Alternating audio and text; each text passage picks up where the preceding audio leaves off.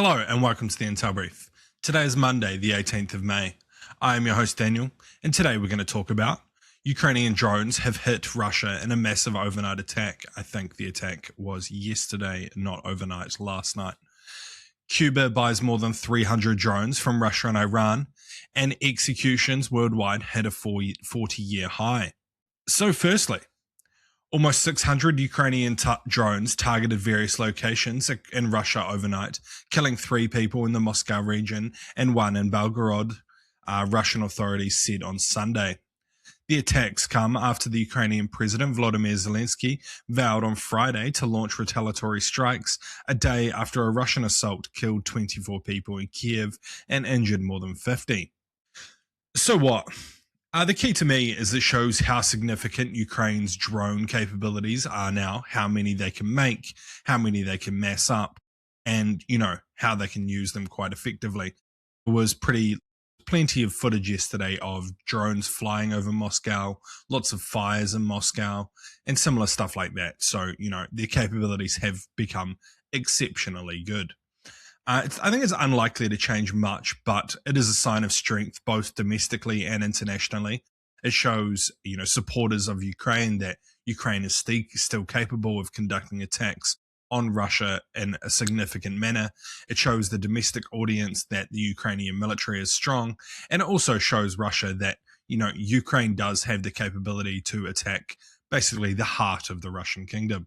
It also likely pressures Russia to put air defense around Moscow. Lots of people point to Moscow being basically the center of influence when it comes to Russia, and that if you're not affecting Moscow, you're not really affecting Russia at all. So it's likely that Russia will have to now relocate, after probably relocating it, back to Moscow to ensure that this doesn't happen again and doesn't become a common occurrence, because that would be a massive blow to Russia's domestic kind of reputation. And this does open up other targets, particularly oil and gas refineries, any kind of energy infrastructure, basically, which has been a primary target of Ukraine for long-range drones for some time now. And next, Cuba has acquired more than 300 military drones, according to a classified intelligence cited by the Axios news outlet. The report published on Sunday alleges that Cuba has discussed plans to use military drones to attack the US naval base in Guantanamo Bay, as well as military vessels and possibly the Florida Keys.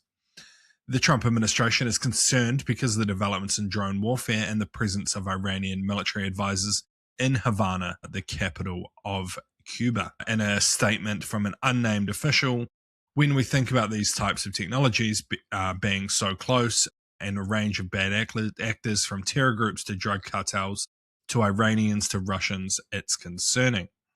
Cuba has acquired attack drones from Russia and Iran since 2023 and is seeking to buy more, US officials told Axios. So what? I think it's highly unlikely that Cuba would use these drones to directly attack the US or US forces, purely because that just gives the US all the permission they need to invade the country and clear out the current Cuban administration, which they clearly want gone. It's more likely that they're going to be trying to be used to create some kind of security dilemma for the US, ensuring that, they keep anti-drone weaponry near Florida and near the naval base in Guantanamo Bay. It just essentially ups the ante when it comes to Cuba, because as you push them into the corner, it does become possible that they could attack you with these, even if that is the prelude to an invasion or complete destruction of the Cuban regime. It is kind of an issue. And it's possible that even if they're not used, it could be used as a pretext for action by the US. This could all be some kind of information warfare to pretext attack. That's pretty common in this day and age. It could be the US administration leaking out this information so that they have a reason and justification to kind of attack Cuba, saying that, they were getting these drones, the threat was becoming too high, and we needed to act preemptively, similar to what they said about attacking Iran. And lastly, the number of executions worldwide reached its higher level in more than 4 decades in 2025, driven largely by a sharp increase in Iran, Amnesty International said. At least 2,707 people are known to have been put to death, according to the Annual Rights Annual Review. That marks a 78% jump from 2020. Jesus, that's high. And the highest figure Amnesty has recorded since 1981, when 3,191 executions were logged. The figures exclude China, which Amnesty believes executed thousands of people, making it the world's top executor. The country refuses to disclose any data.